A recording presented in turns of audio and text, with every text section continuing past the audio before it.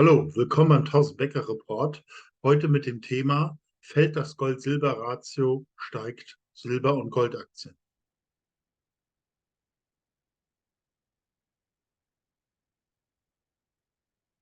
Und Disclaimer: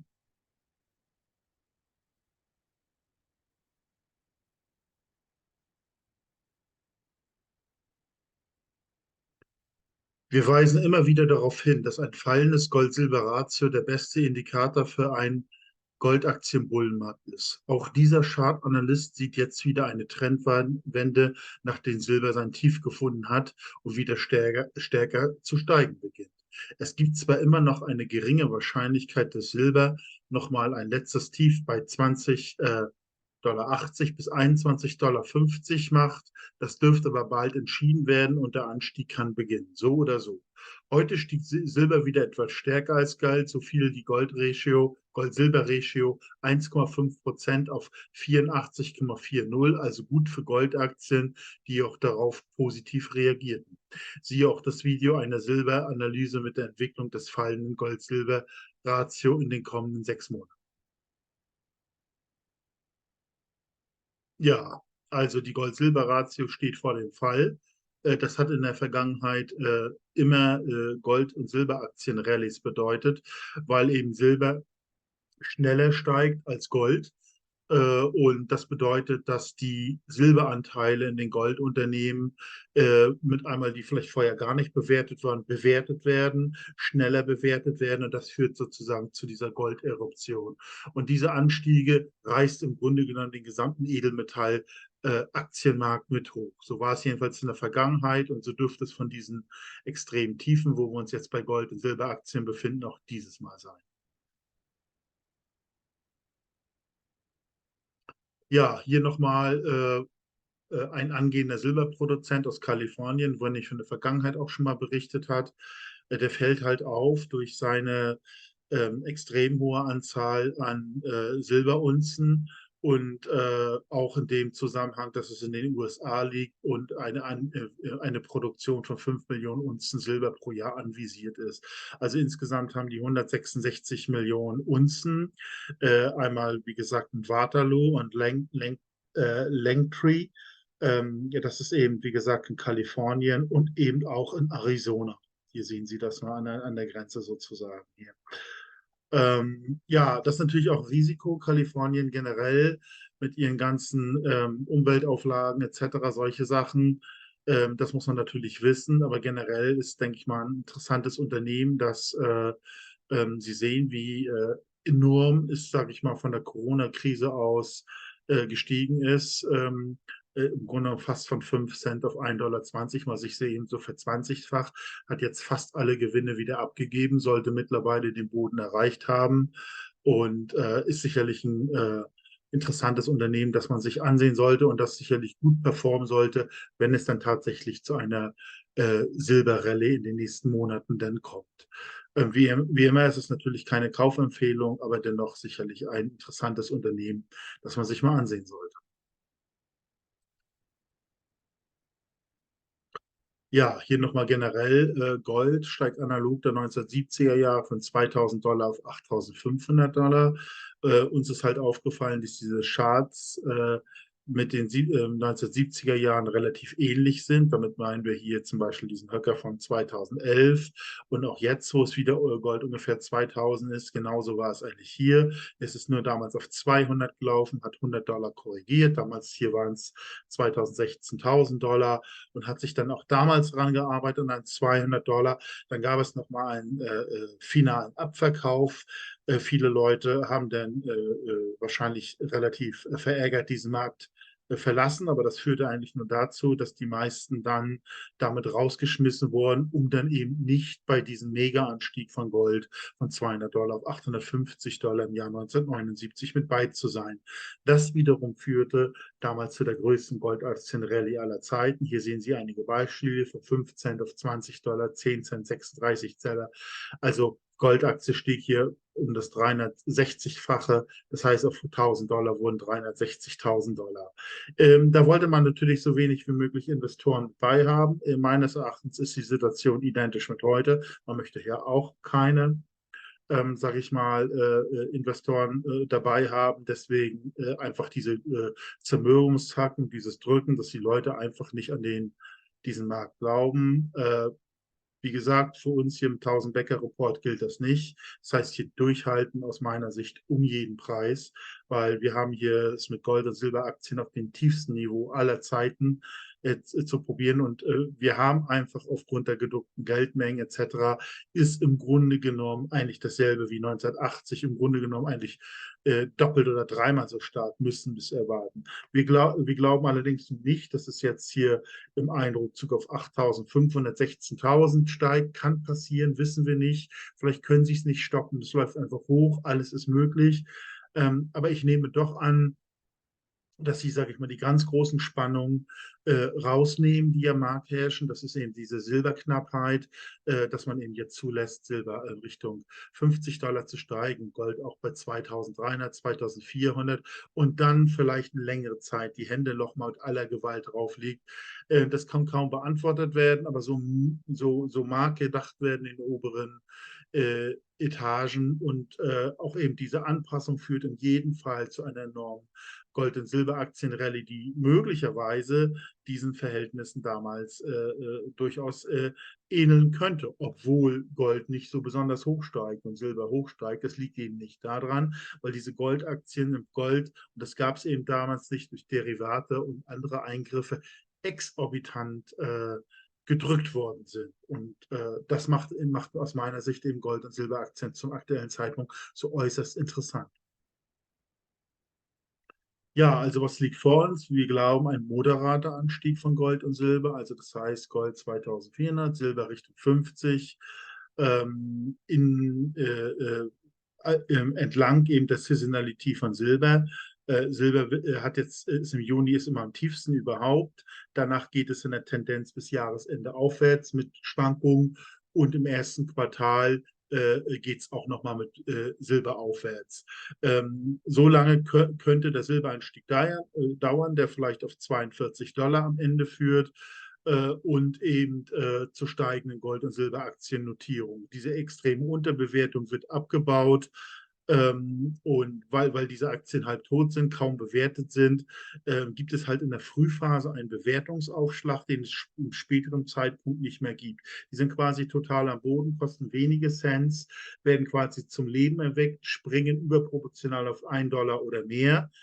Und es ist ja klar, wenn diese Aktien dann bei $1 ist und wenn das von $1 auf $2 oder $3 steigt, dann ist es nur eine Verdopplung, Verdreifachung. Aber wenn jetzt hier Aktien irgendwo bei 5 oder 10 Cent sind, überhaupt zum Leben erweckt werden, haben wir es hier mit 5 und Verzehnfachung diesem ersten Schritt schon zu tun. Und das macht aktuell aus meiner Sicht eben Goldaktien in dieser Frühphase so attraktiv. Später, wenn der Gold- und Silbermarkt in Fahrt gekommen ist, steigen die Aktien meiner Meinung nach etwas, vielleicht proportional etwas mehr, aber mit großem Rückschlagsrisiko zusammen mit Gold. Und jetzt haben wir einen exorbitanten, überproportional Goldaktienanstieg. Also 2016 müsste man bei Gelegenheit auch mal einblenden, kann ich mich an Situationen erinnern, und ich hatte das, glaube ich, auch gebracht, dass Gold irgendwie um 25% gestiegen. Und da haben wir berechnet, dass Goldaktien eben das 140-fache stärker gestiegen sind als Gold. Also als diese 25% Anstieg von Gold. 140 Mal besser. Und das ist eben die Power von Gold- und Silberaktien in dieser Frühphase selbstverständlich, wenn sie kaum jetzt bewertet. Das ist ja noch der Fall. Ja, also wir haben es immer noch mit einer extremen Unterbewertung bei Goldaktien zu tun. Goldaktien im Verhältnis zum Gold seit 1996, wie man hier sieht, das ist also Goldaktien Gold in Relation gesetzt im Bärenmarkt, hat eigentlich erst jetzt seinen Boden gefunden und die Statisten meinen, dass es ein überproportional Gegenbewegung geben wird, dass es den mittleren Bereich geht. Meines Erachtens geht es dann auch höher, wenn das erstmal in Fahrt kommt. Allein das ist eine ungeheure Chance. Und dann gleichzeitig haben wir noch das Bewertungsgap von sogenannten Senior-Aktien wie Barrick oder Newmont im Vergleich zu Junior-Aktien. Die sind extrem unterbewertet. Aber wie das Jahr 2002 zeigt, solche Unterbewertungen können innerhalb weniger Monate abgebaut werden. Auch das führt dann zu massiv steigenden Notierung bei Gold und Silber, Junior-Aktien und Explorationsaktien selbstverständlich. Wie hätte man 1970 optimal investiert, wenn das letzte Gold Bullmarkt. Im Grunde genommen kommt man eigentlich zu folgendem Resultat.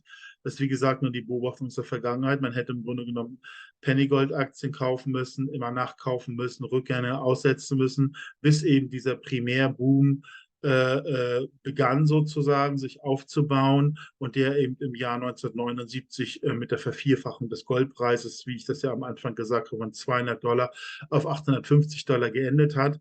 Dann wären diese Goldaktien exorbitant gestiegen, teilweise Verhundertfachung, wie ich das schon gesagt, für 200, für 300-fachung, absolut extrem. Diese Gewinne hätte man natürlich dann verkaufen müssen und diese Gewinne hätte man im Grunde genommen eigentlich nur, wie gesagt, ist der Blick aus der Vergangenheit, in Top-Aktien oder Top-Fonds investieren müssen. So, und deswegen diese Rechnung hier unten, hier ungefähr 50 € vielleicht in Goldaktien damals, hätte eine Verhundertfachung gebracht und das einfache Reinvestieren in Aktien wie Berkshire Hathaway oder anderen Fonds oder whatever, in dem Fall wären es eben 228-fache gestiegen. Berkshire Hathaway ist von 1980 bis 1999 um das 228-fache gestiegen. Also Sie müssen eben wissen, nach dem Inflationsexzess interessiert sich erstmal keiner wieder für Standardaktien etc. Aber gerade dann sind sie interessant. Also es ist also ideal mit den Inflationsexzessen, sprich Goldaktien, Gold, Silber, mit der Maximierung, sich in eine besonders gute Kaufposition zu bringen für klassische Investitionsvehikel. Also, und das hätte im Grunde genommen für jeden anderen Goldaktienbullenmarkt auch gegolten. Das hätte genauso auch für den Goldaktienbullenmarkt von 93 bis 96 gemacht, also damit sein Geld für 10, für 20-fachen mehr reinvestieren, einfach im Berkshire Hathaway liegen lassen. Dann kommt die nächste extreme Unterbewertung von Goldaktien. Die konnten wir im Jahr 2000 antreffen. Da hätte man Teile seiner Berkshire Hathaway-Position verkaufen können, auch Goldaktien 2004, 2005. Wiederum die Goldaktien verkaufen und auch wieder im Berkshire Hathaway lebt und schon hätte man seinen Fonds gewaltig maximiert. Das ist jetzt im Nachgang wie man hätte am besten investieren können. Also im Nachgang im Grunde genommen nicht nur auf die 1970er Jahre, sondern bis zum heutigen Zeitpunkt. Im Grunde genommen der Wechsel, Top-Fonds und immer diese Goldaktien. Ja, das hätte man gerne vorher gewusst. Gut, dieser Blick in die Vergangenheit dient eigentlich nur dazu, die richtige Versuchen, bessere Entscheidungen in der Zukunft machen zu können. Das ist ganz klar. Also Ereignis 2, Ereignis 3, Gold- und Silberaktien dürfen jetzt beginnen zu steigen. Sie gehen in den Dollarbereich oder mehr. Das lockt natürlich Staaten an, Bürokraten, Beamten. Es könnte extra Steuern gehen in den produzierenden Ländern.